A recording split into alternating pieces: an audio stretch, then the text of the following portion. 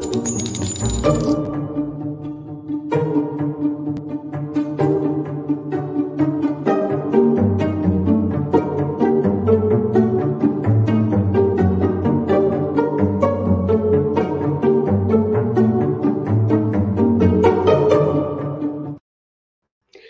everybody, welcome to the True Crime Squad.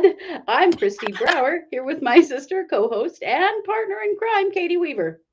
Hello. Like 90% of the time, I can say the whole thing without a problem, and then one damn time. Yep. Listen, I've had 2 times recently. So I work on a hotline, and I usually answer the phone. Thanks for calling 1-2-Listen. This is Katie. Recently, I completely forgot what to say. I said, thanks for calling. Oh, I've just kind of deflated like a balloon. And my client is a long-term client who, she laughed so hard. I'm like, wow, I don't know what happened. Last week, a client called, and I said her name instead of mine. I knew who was calling because I had a notification, and I actually said, thanks for calling 1-2-Listen. This is the client's name. And then I went, oh my God. Anyway. Yeah. The thinking is strong with this one. The post-COVID brain, right? Yeah. Oh, that's hilarious. Well, oh my gosh, I'm losing it. That's what's happening. I hear you. So am I. Well, welcome. This is our Wednesday show. Yeah. And guys, we actually showed up with 3 full shows this week. Plus, we're doing our live stream tonight. Can you imagine? It may seem as though summer has ended, because it has. Right? I think we're balling right now. I'm super proud of us. We're back to our fall, winter, spring schedule. Summer just kind of falls apart a little on us, but we're back and we've got a lot to talk about. So, Katie, you're going to kick us right off with some WTF news. Oh, man.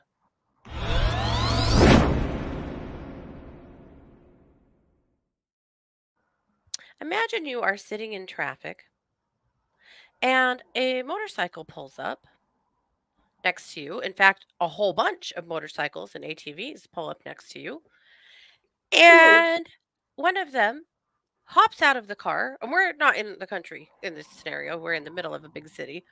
Hops out of the car, jumps up on the back of your car, and starts jumping on your back window until it shatters with your little children in the back seat. What the hell? Oh my God, that's terrifying. Make sure the kids are okay. Try not to get killed. I don't know. I might try to speed off just to get the hell away from them first, but I don't even know. Like, I gotta show you what this mama did in Philadelphia a few days ago. Maybe not recommended. It replays 2 times because, well, you just have to see it more than once. So here we go.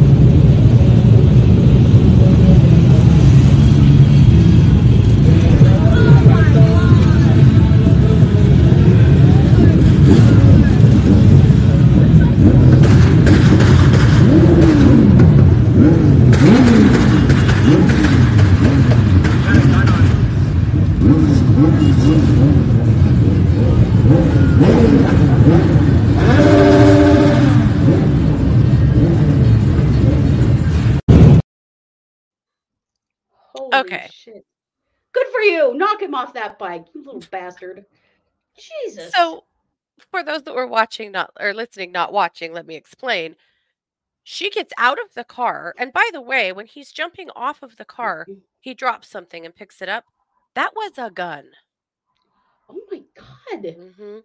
And the reason we even have this footage is that a tourist on a double-decker bus was right behind her and saw this happening and filmed the whole thing. What? So she gets out of her car, runs around, confronts him. He headbutts her with his helmet. He He had on did, like a full yeah. helmet with mask thing.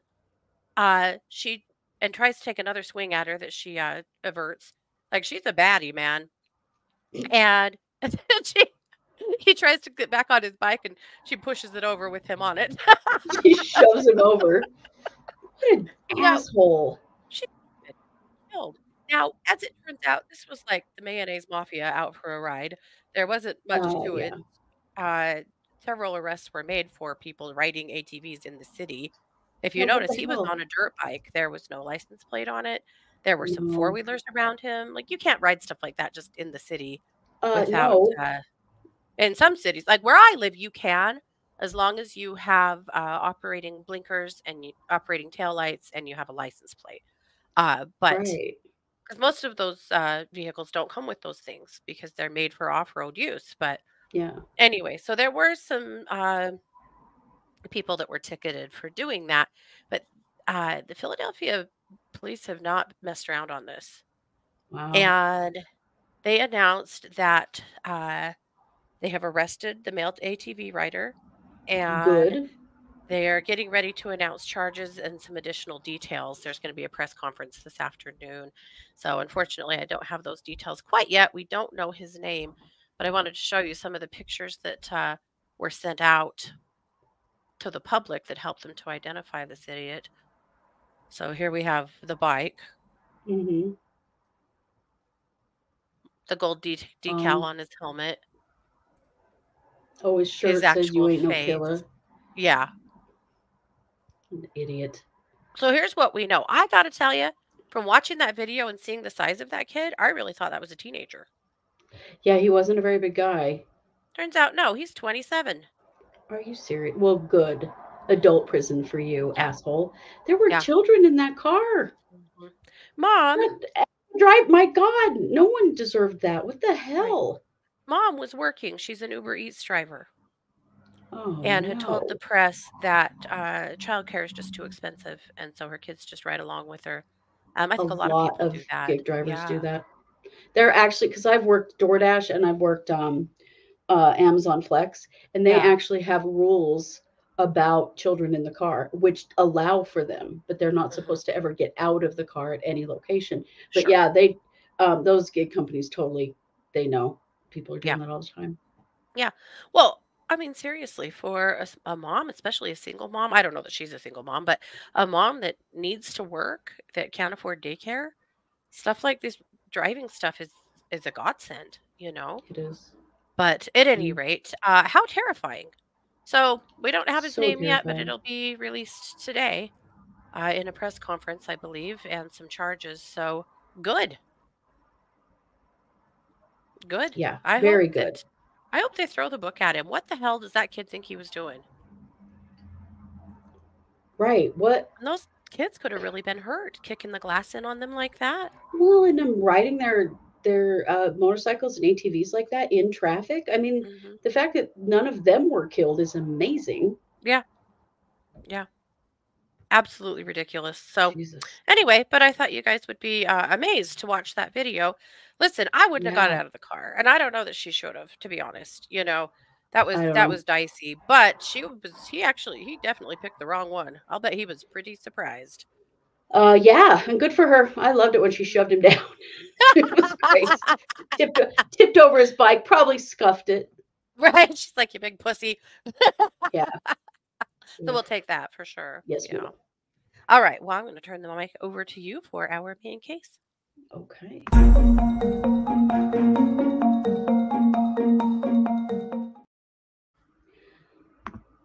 This is Yolna Lubrin from Orlando, Florida. Yolna was found hanging from a tree in her backyard last Thursday. Oh boy. Guys, when is law enforcement going to get that when you find a black person hanging from a tree, you treat this in a very specific and respectful way? Yeah. Given the lynching history in this country, Hmm. you don't just gloss over finding a black woman hanging from a tree. No. Unfortunately, that is what has happened, though. Yeah. There's so little information on this case. It's all coming from the Orlando Sentinel, and it's so aggravating to me because within 24 hours, they were already calling it a suicide. Sure. And we've seen this happen before. Oh, We've yeah. seen this happen before with black women and with black men. Hmm. Here's the thing, guys. Maybe it is. We don't know. But how do you know within 24 hours? And how do you make damn sure that that was not a lynching before you publicly call it a Yeah. suicide? And that's not what's happened. And Yolna, who went by Yo Yo to her family is incensed. The police have not really Sure. talked to them. They're not including them in this conversation. They're calling it a suicide and acting like they're just going to kind of brush it to the side. And her family is like, wait a minute. Where is the real investigation into this case? Yeah. She had reported to her family recently being sexually assaulted. Also, her car had been vandalized. All of the doors were standing wide open on her car when they found her. So there are Oh. some questions about what's been going on in her life, what's Hmm. gone on with the car. Those are questions that need answers Hmm. before you can just say, oh, looks like a suicide. Right. So there was a rally held last night, uh, organized by her friends and family, asking for answers, asking for the police to fully investigate this, to talk with the family, to not just jump to conclusions because of the nature of her death. Hmm. And I honestly don't think that's too much to ask. Yeah. The police are kind of walking it back now, saying that, we're looking into this and the investigation is still open and, those kinds of Hmm. things. But, they have not talked to her family. And I just don't understand why, given this country's history, that a death like this doesn't get treated with a little more care and finesse, Hmm. you know? Because it's so damn easy to be able to just say it was a suicide and walk away. Right, But that really is frustrating because how much of the crime scene actually got processed? Did they even process the car? What right, evidence has already been lost because we just immediately called it a suicide and walked away? right. That's the fear because how many times have we seen that where a case was just immediately ruled a suicide Yeah. and then evidence was trampled on, lost, never even investigated? Hmm. And if that's not the case here, okay. I don't know fully because there's so little news coverage of this case. Right. Sure. But the thing that we want to be sure of is that Yolna's case gets fully investigated and Well, that this absolutely. isn't just brushed under the rug. The thing that So, upsets me, one of the things with these cases that are just called suicide and walked away from, I mean, obviously the obvious that there's a killer potentially that is right, getting away with it, but also because of the religious ramifications for so many people.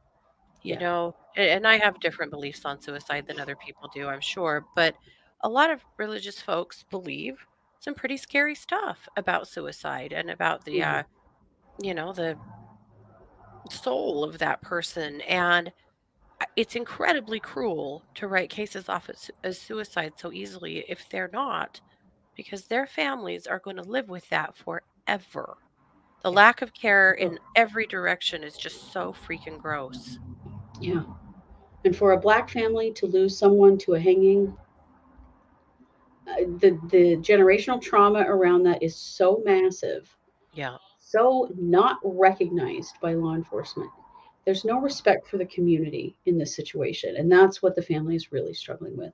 Yeah. So they are asking, and they've got a lot of support from their community asking for more direct communication with the family for them to look into everything before they make a final conclusion. The Hmm. autopsy results have not even been released in this case. This only happened a week ago.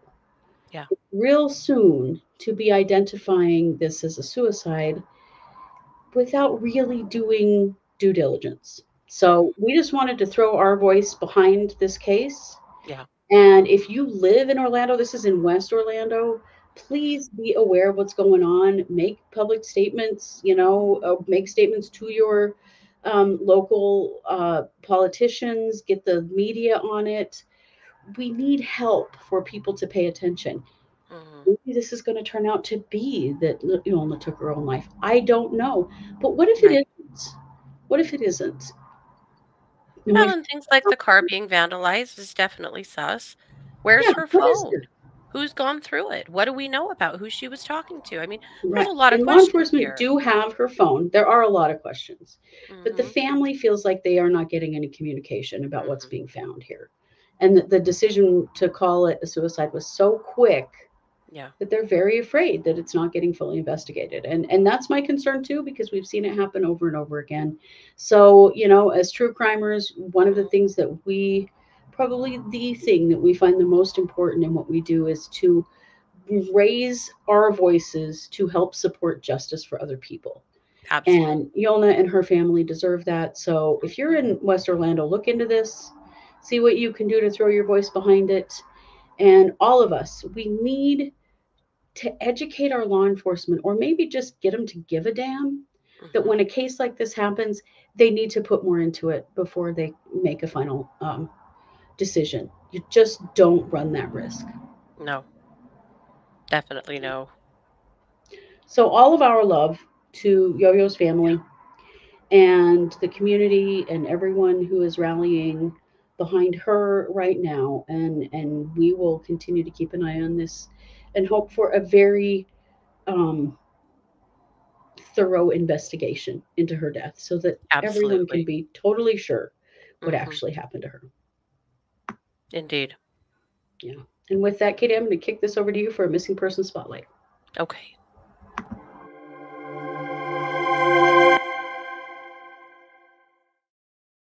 Well, we did it again. You and I picked very similar cases.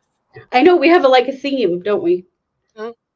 Yeah, and my case is out of Texas. I'm going to talk to you about a missing person here in Coeur. This is Deundrea Ford.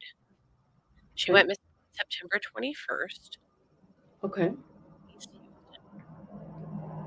Going to show you another shot of her too, because this is her all glammed out, right? And this is her Mm-hmm. driver's license picture, I believe. So a couple Okay. of different shots of her so that you can see her face, her beautiful face.